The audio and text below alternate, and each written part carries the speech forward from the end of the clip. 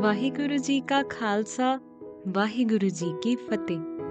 Hello friends, welcome to Sikh History Sakhi podcast. I am Harpreet Kaur, your host. In the last episode, we discussed that Guru Nanak Dev Ji and Bhai Mardana Ji are going towards the Sumer Parbat in extreme conditions, and they met Gorakh, who asked them to return. However, Guruji went further. Now, before we move forward, let me tell you about Sumer Parbat. Sumer Parbat is one of the most difficult and less attempted peaks of the region. It is a mountain in the Gangotri Glacier region of Garhwal Himalaya, Uttarakhand. It is more than 6,000 meters high. Now, as mentioned in Var 1, Pauri 28 by Bhai Gurdas ji. फिर जाए चढ़िया सुमेर पर सिद्ध मंडली दृष्टि आई 84 सिद्ध गोरखाद मन अंदर गणती वर्ताई. Meaning, Guruji and Bhai Mardana ji moved further and came across a group of Siddhs. There were 84 Siddhs along with Gorakh. These Siddhs had renounced the world and lived on mountains. They believed that one must detach themselves from the society and family to attain liberation. Moreover, they exercised hatha yoga to gain magical powers for liberation. Now, all of them got shocked to see young Guruji and Bhai Mardana ji at their place because they believed only they had powers through yoga and more to endure the harsh conditions, but they wondered how these two reached here without any harm. So, one of the Siddh asked Guruji, as mentioned in Var 1, Pauri 28 of Bhai Gurdas ji.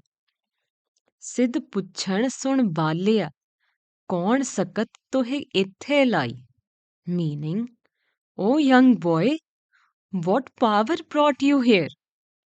Guruji said, I have remembered the Almighty, the creator of this universe, and meditated on his name deeply. And it is with his power that I am here. Friends, now the discussion between the Siddhs and Guruji starts. All of their discussion has been mentioned in Sri Guru Granth Sahib Ji on Ang 938, which includes questions asked by the Siddhs, which included Charpat, Loharippa, Pangarnath, and more. This Bani is known as Siddh Gosht. Now, moving forward, the Siddhs then further asked, Dear boy, what is your name and caste? What is your way? What is your goal? Where did you come from? And where are you going? We pray that you will answer us truthfully. Friends, do notice how these Siddhs keep calling Guruji boy, young boy, child, and more. It was because they were quite aged, maybe above even 100 years of age, and they had an ego about it. Now, Guruji said, as mentioned in Sri Guru Granth Sahib Ji on Ang 938, cut cut बसे निरंतर रहिए चाले सतगुर पाए सहजे आए हुक्म सिदाए नानक सदा रजाए. Meaning, I came from the Almighty.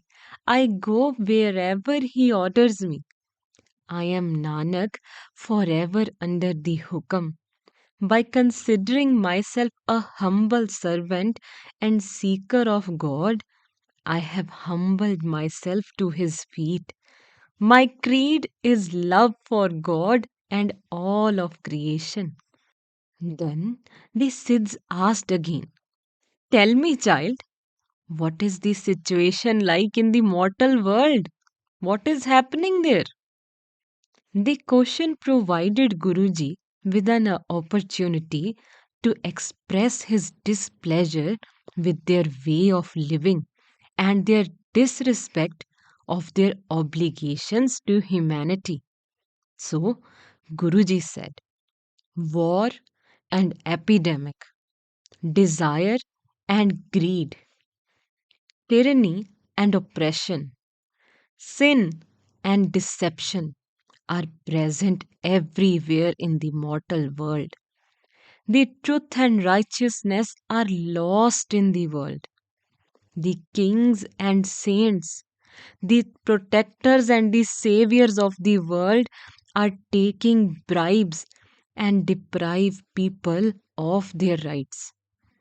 Guruji further said, those like you who make up the pinnacle of Hindu civilization have retreated to the safety of these high mountains. You who should have been their leaders in the time of sin, slavery, and darkness have abandoned the poor people to their miserable life. As you sit here on your bed of flowers by this lake of nectar in the mountains, you take the intoxicating cup and live and lie down together, disregarding humankind. And you are asking me what is the situation back on earth when you are so detached from it? Then why this concern? Your love of miracles has led you astray. It has no connection with religion. Give it up. However, the Siddhs were shocked at this allegation. And then Lohari asked, why do you wear these robes? And why you have taken the path of Adasi and seem to have given up on mortal world like us? Guruji replied, as mentioned in Sri Guru Granth Sahib Ji on Ang 938. Gurumukh khojat paye udasi darshan ke tai pekh nivasi. Meaning, I became a wandering udasi searching for the Gurumukhs. I am wearing these robes seeking the blessed vision of the Lord's darshan. Moreover, liberation can be attained while living in the world as a truth oriented householder, earning a living by honest work. True yoga is meditative remembrance of the Naam combined with seva to those in need in the community. Then Charpat asked, how can one cross over? How can one gain liberation in this treacherous and impassable world ocean without getting attached or trapped in worldly desires?